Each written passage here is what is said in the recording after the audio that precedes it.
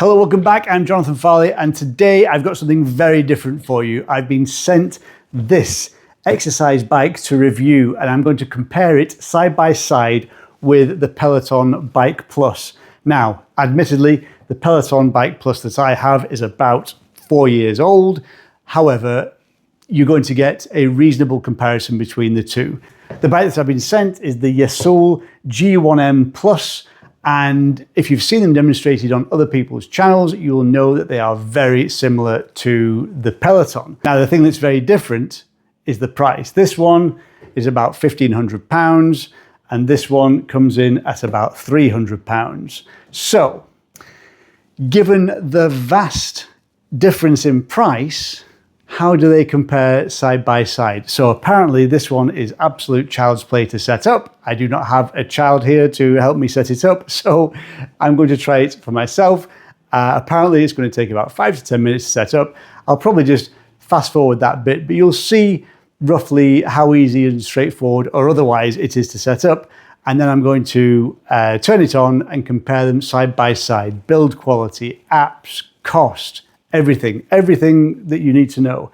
So stick with it. I think you'll find it interesting. I'm certainly looking forward to seeing if a £300 bike can compare in terms of build quality and function to the Peloton. The one thing about the Peloton, I have to say, is the build quality is excellent.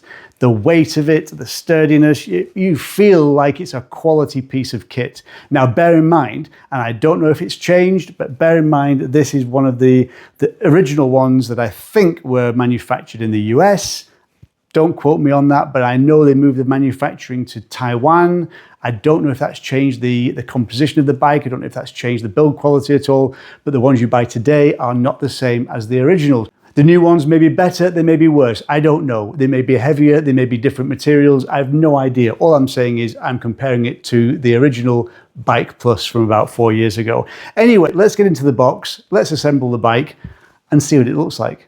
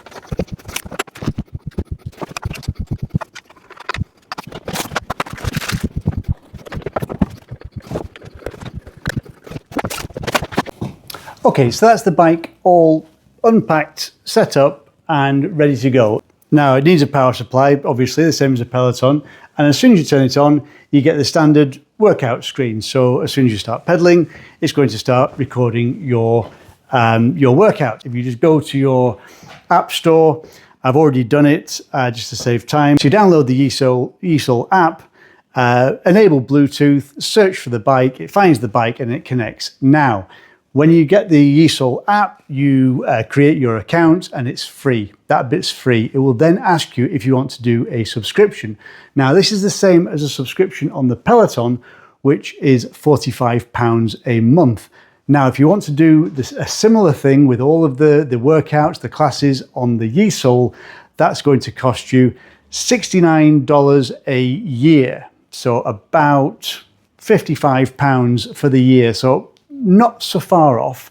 1 month's worth of subscription on the Peloton gets you about a year's worth of subscription on the Yesoul. But that's just an option. You don't need to do the subscription. You can do anything on YouTube. You can find loads of workout videos on YouTube that are the same as the classes. You can find your favorite spinning classes on YouTube, and that doesn't cost you a penny. Quite simply, the screen mirrors your phone. You've got a cable that plugs directly into the back of the screen. You plug it in and it fires up immediately. And it gives you this screen. Now, then I can use the phone itself as a trackpad. And because this is a brand new machine, I get a 2-week free subscription to the app. So it's try before you buy. It's 2 weeks for free, and then it will bill you for a year at $69.99. So, which obviously, if you just want the free trial, just do that. Just subscribe to it and cancel it straight away. You'll still get your 2 weeks of free trial, and then you can just hit start and go. Now, the beauty of this, though, which if you speak to people who own a Peloton and they're only casual riders, casual users of it, the £45 a month, let me just turn this down a little bit. For the casual user, £45 a month is a lot of a commitment. But obviously this is Peloton's business model. This is how they make their money. But these guys, let me just come out of here. You can just cancel that in the app. And obviously this is the mirroring. This is called DeX. This is the Samsung phone screen mirrored on a larger device. And we go into apps and find some.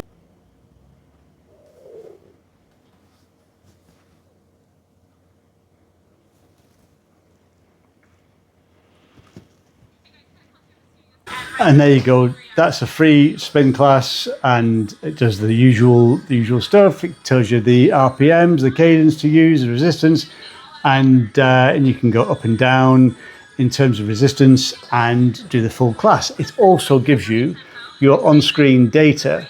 Now, again, let me just take that down. Now, what it's doing is, because the bike is connected to your phone via Bluetooth, all your data from the ride is Bluetooth onto your phone. Your phone syncs with your Yesoul account, and all of your rides and all of your exercise are all stored.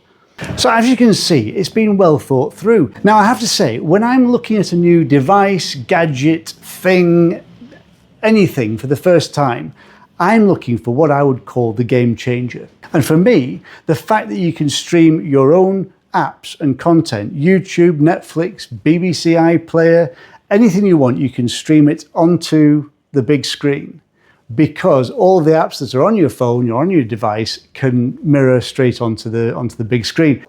And this is a frustration. Think about that. You've paid £1,500 for a Peloton bike. It has the capability of using these apps. It has the capability of watching YouTube. It has the capability of watching Netflix.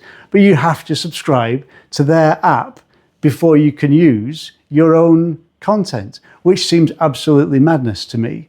And it's just a frustration, because some people just say, well, I don't want your Peloton content. I want to use my favorite YouTuber, or I want to watch a nature documentary or something completely different. If I go to the gym, on the rare occasion that I'll go to the gym, I'll put something on that's not a spin class. I'll put something on that I want to watch. It might be a comedy. It might be something that just takes my mind elsewhere. But it's got nothing to do with Peloton. It's got nothing to do with their organization. And yet you have to subscribe to their app to use it. On here, it's all free. Now, so you've got the base price, which already is ridiculously cheap for what it is. I'll take you over the bike in a second, but the base price, as I say, $400, a little over £300 for something with this build quality. Now, if you compare them side by side, you can see from this bike that it is clearly heavily influenced design-wise on the Peloton. You've got the seat adjustment. It adjusts up and down and forwards and back. The handlebars adjust up and down as well. You've got the water bottle holder. You've got the ledge for your tablet or your phone, the big 21-inch screen, which is the same size as the Peloton screen.